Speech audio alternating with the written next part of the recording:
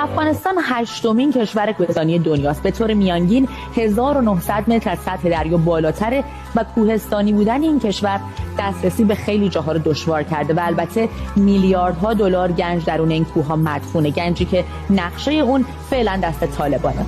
اما گنج پنهان افغانستان چیه؟ اول بریم سراغ فلزات با ارزش. طبق برآوردها 2 میلیارد تن آهن پرمصرف‌ترین فلز دنیا در این کشور موجوده.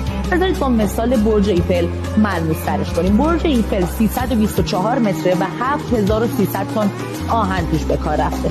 با آهن قابل استخراج در افغانستان میشه 200,000 تا 200,000 تا برج ایفل ساخت. حدود 183 میلیون تن دومین فلز پرمصرف دنیا یعنی آلومینیوم هم فعلا زیر پای طالبانه.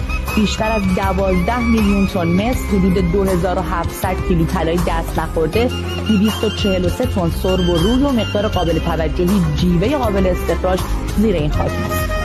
مورد بعدی مواد ساختمانی. 1 میلیارد و 300 میلیون تن سنگ مرمر، بیش از 500 میلیون تن سنگ آهک که در صنایع ساخت سیمان بسیار کاربردی ضروریه و مواد ساختمانی دیگه که روی این دیوار هم می‌بینیم. و بالاخره در افغانستان به مقدار فراوان مواد معدنی و فلزهای خاکی کمیاب دست نخورده وجود داره. در مجموع 1,400,000